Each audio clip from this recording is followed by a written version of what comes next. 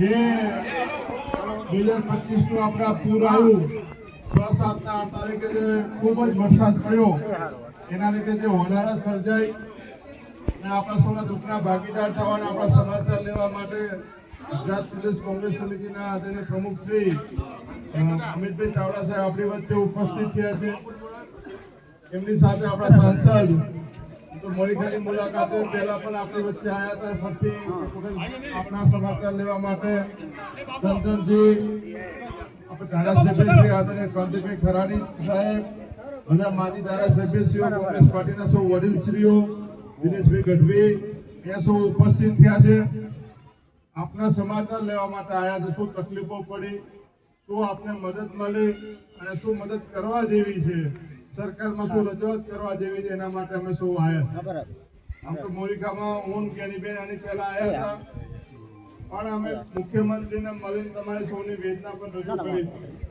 આ વિસ્તારમાં આ પૂરના લીધે કેટલું પશુધનને નુકસાન થયું છે, કેટલા ઘર પડ્યા, કેટલી દિવાલો પડી, કેટલા ઘર વખરીઓ મૂકીને આવવું પડ્યું, ઘર મૂકીને આવવું પડ્યું, કેટલા પશુધનનું મોત થયું, કેટલા જમીનોની અંદર નુકસાન થયું, પાકમાં કેટલું નુકસાન થયું અને લગભગ 1000 કરોડનું પેકેજ આપણા વાવ, સુઈગામ, ભાભર, થરાદની અંદર આપો એવી રજૂઆત અમે બધાએ કરી.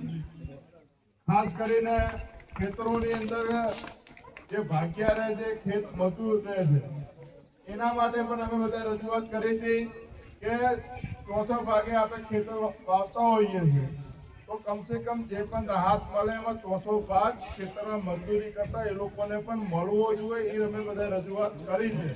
આગામી સમય માટે લડવું છે. તમારા સરપંચ કુમારભાઈ અને સમગ્ર ટીમ આખે અહીંયા તમારા માટે દિવસ રાત મહેનત કરી.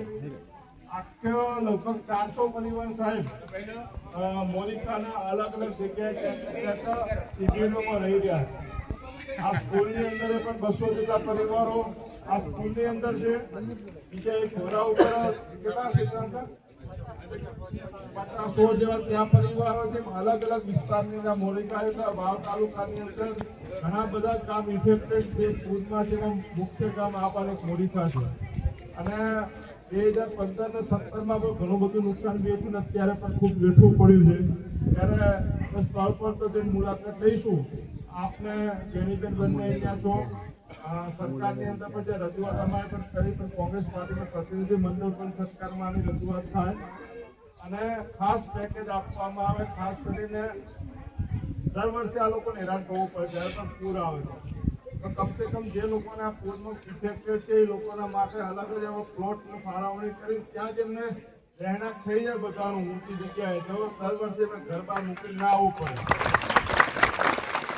એના માટે કરીને પણ આપણે સૌએ રજૂઆત અમે તો કરશું, પણ આપણે ત્યાં ઉપર પણ થાય તો જેના લીધે આ લોકોને 5 વર્ષે ભેગું જે મૂડી માયા કરી હોય એ દર વખતે મૂકીને અમને બધાને ઘર મૂકીને આવવું પડે. આજે 10 દિવસથી પોતાના ઢોર ઢાંકર મૂકીને મિલકતો મૂકીને અહીંયા છે. અહીંયા પણ ધારો કે સરકાર જ્યારે પહોંચી ત્યારે પહોંચી, પણ ત્યારે આ લોકો જાતે જેટલું એમનાથી થતું એમનાથી બધી મદદ કરી છે. એના માટે પણ આભાર માનું છું. લોકોએ સહયોગ આપ્યો એનો પણ આભાર માનું. જ્ઞાનીબેનને કહીશ કે વાત રજૂ કરે.